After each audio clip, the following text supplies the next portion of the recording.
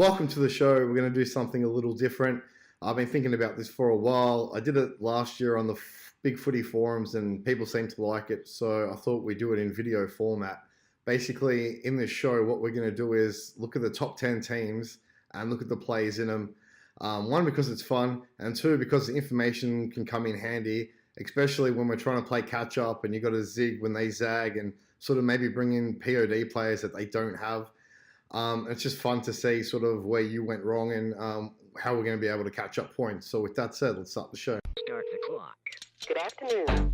At the tone, time will be Real time.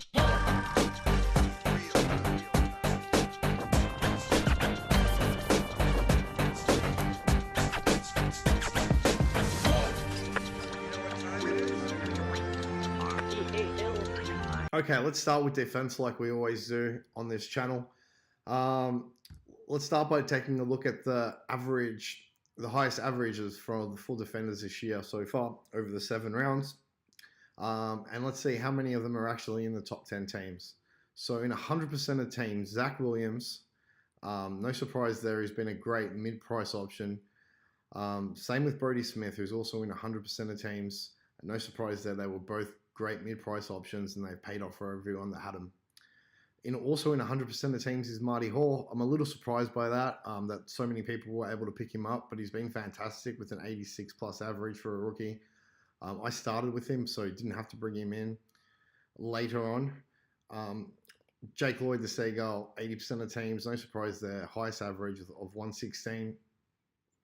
Duzma's in 90% of teams.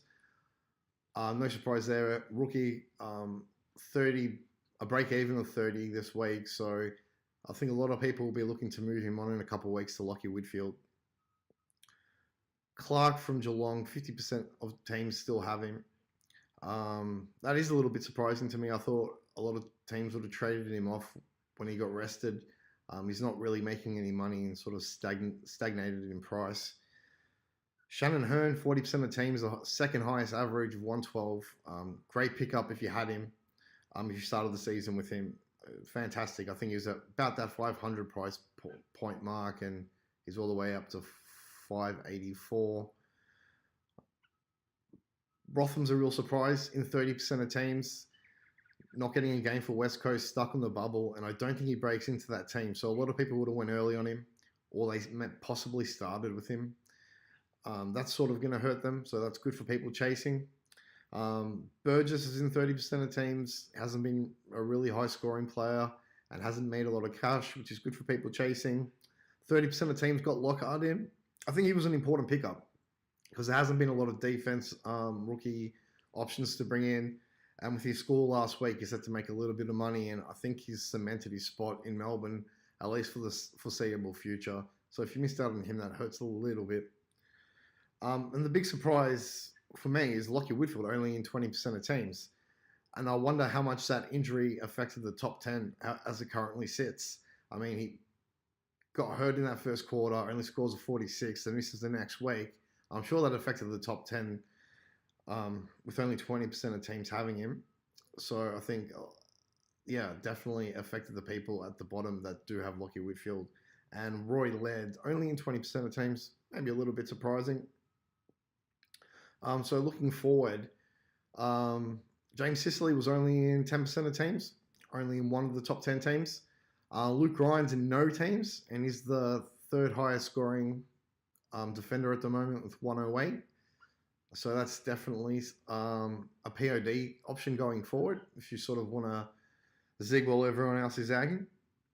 That kind of does it for defenders. So here are the midfield top scorers for the year by average. It's no surprise that Lachie Neale is in 100% of the top 10 teams. He and Boak have basically been the difference, starting with those two and starting with Gawn and Grundy, as you'll see later on, have been the difference between having a really good year and a not so good year. So Lachie Neale in 100% of teams. Paddy Cripps also in 100% of teams. Again, no surprise there. Well, especially with Paddy Cripps. I think he was a lock for most teams at the start of the season. Welsh, 100% of teams. No surprise there. He's been a gun rookie. It'd be interesting to see when's the right time to get rid of Welsh and upgrade him to a primo?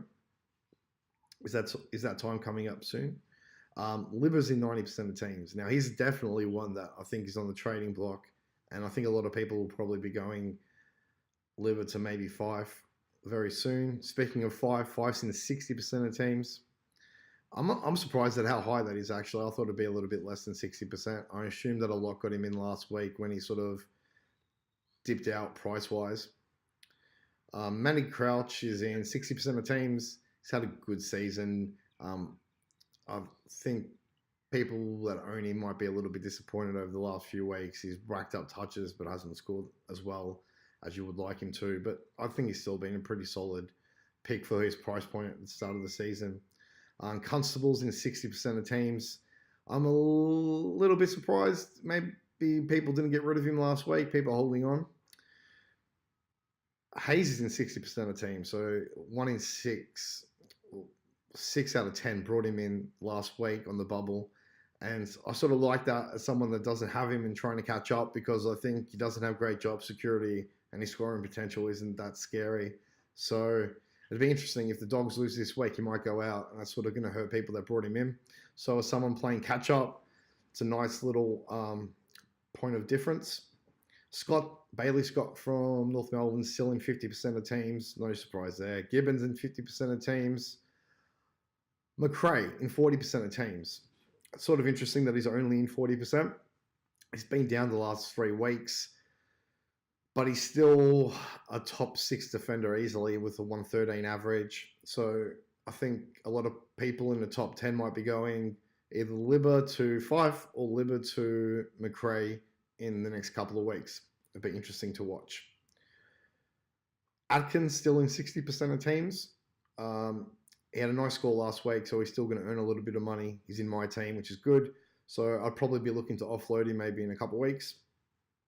Sydney Stack in 80% of teams. Very surprised at the number of teams that have him. I have him.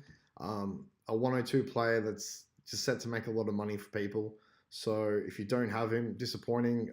And the top 10 do. So trying to catch up, it makes it a little bit harder. Rockcliffe in 30% of teams.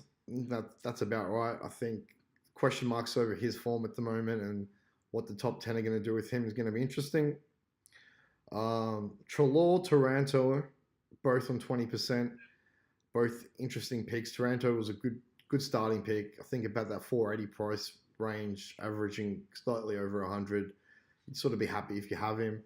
Whether he's someone you hold for the rest of the year is a decision I think is sort of borderline mid 9. So yeah, definitely. And Treloar, someone that sort of can break out, does have games where he sort of spuds up, and Collingwood midfield takes a lot of points from him, but he's definitely a valid option.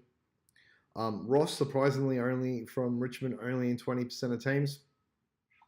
I thought a lot more teams would have him in, but by looking at it, the 80% went for Stack and the 20% have gone for Ross the week after missing out on Stack. So makes sense there.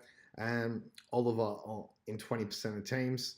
Been disappointing for anyone that sort of brought him in at his price mark.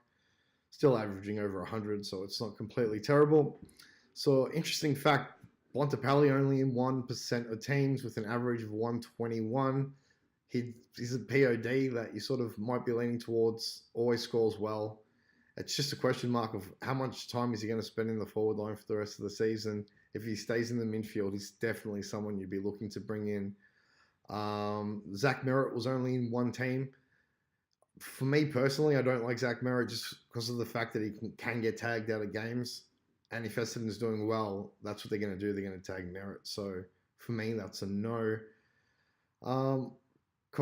Cogs only in 1% of teams. And no one has Josh Kelly from GWS, who should be coming back in to the team this week, apparently. And he's definitely someone I'll be looking forward to as a POD. But the injury concern sort of does put you off a bit because he just can't stay healthy and string games together. So that breaks up the midfield. Let's go to the Rocks. So with the Rocks, no surprise here. Brody Grundy, Max Gawn on top, averaging 120 apiece. They're the 2 you want. And no surprise, they're in 80% and 90% of teams. Gawn 80%, Grundy 90%. The real interesting thing, though, for those in the top 10, only 20% have O'Brien, Big Rob, who's set to make 450,000 basically by the buy. I'm really surprised that that's the case. And if you're playing catch up and you have Rob and you see that they only have 20%, it sort of gives you hope, because that's going to basically be an extra primo for you by having him in your team. So there is hope for us to catch up. So with the Rucks, it's basically simple. You want to have Grundy and Gorn, and you want to have Rob making cash for you either on the bench, basically. In my case, I'm starting Rob because I didn't start with Grundy, and I went with Goldstein, Gorn, and then I downgraded Grundy to Rob, and I'm playing them too, and hopefully get Grundy in at the end of his bye. So that's my plan. But yeah, definitely surprised at the 20% that only have Rob, and it's definitely going to affect things going forward for him and gives us hope. So, and we move to the forward line. So here are the highest scorers for the year so far. I think the forward line had the biggest question marks going into the season, and 7 rounds later, there's still sort of question marks and headaches as to who's going to be finishing in the top 6. If you started with Travis Boak, well done. 90% of the top 10 did, and no surprise there. He's far and away the best performing forward, and he was a nice price to start the season. I think about the 480 mark, even less. So if you started with him, fair play to you. 90% of teams. Dangerfield in 100%, no surprise there. He was sort of set and forget forward. Heaney in 90% of teams, no surprise there. Most people would have started with him. Drew still in 100% of teams. He's a rookie that's performed really well, earned cash, and people will be looking to upgrade him in the next couple of weeks as he sort of peaks in price. Petrocelli still in 90% of teams, no surprise. Popular rookie choice when there weren't many to start out the season, and he's sort of peaking in price as well, and a lot of people will be looking to upgrade him the next couple of weeks. Tally from Geelong in 50% of teams. A little surprised that he's only in 50% of teams. I think a lot of the top 10 will be looking to upgrade to him this week, next week, and the next couple of weeks. He's a logical upgrade target. Baker, 50% of teams, popular rookie inclusion a couple of weeks ago, that's sort of been on fire. He hasn't scored less than 80, so he's a good on-field option, and he's earning money, which is nice. 40% of teams, Caleb Daniel. He's been a really nice pick. I think a lot of people would have brought him in over the last couple of weeks at a really nice price too, that 480 price point. He hasn't had a game under 90, and he is one of the few averaging over 100. Parker's still in 40% of teams. I think he had a decent game last week, so he's still churning over in money slightly. But yeah, it's sort of interesting. It still really hasn't played itself out as to who's going to be a lock for the top 6 forwards. And as we can see, sitting in second, clearly at a 108 average, is Jeremy Cameron. And one of the teams in the top 10 have him, which is an interesting pickup. I wonder at what point they brought him in. Was it last week, or they start the season with him? And is he a viable option going forward? I'm not sort of sure. It could be. He could very well be, especially since there's a lot of slim pickings going forward in the forward line. Surprisingly, no one had Marshall from St Kilda, who has an average over 100.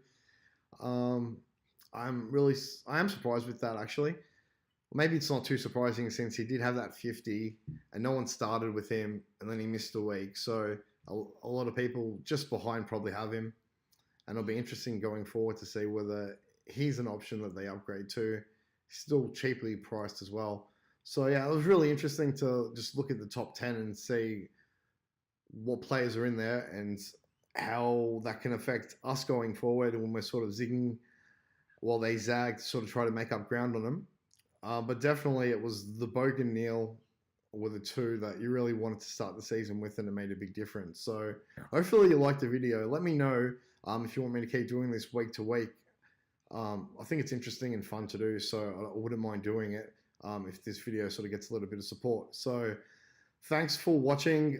Don't forget to sub if you haven't, because that does help. And we'll see you guys next week. Hopefully everyone has a good Supercoach week. Bye.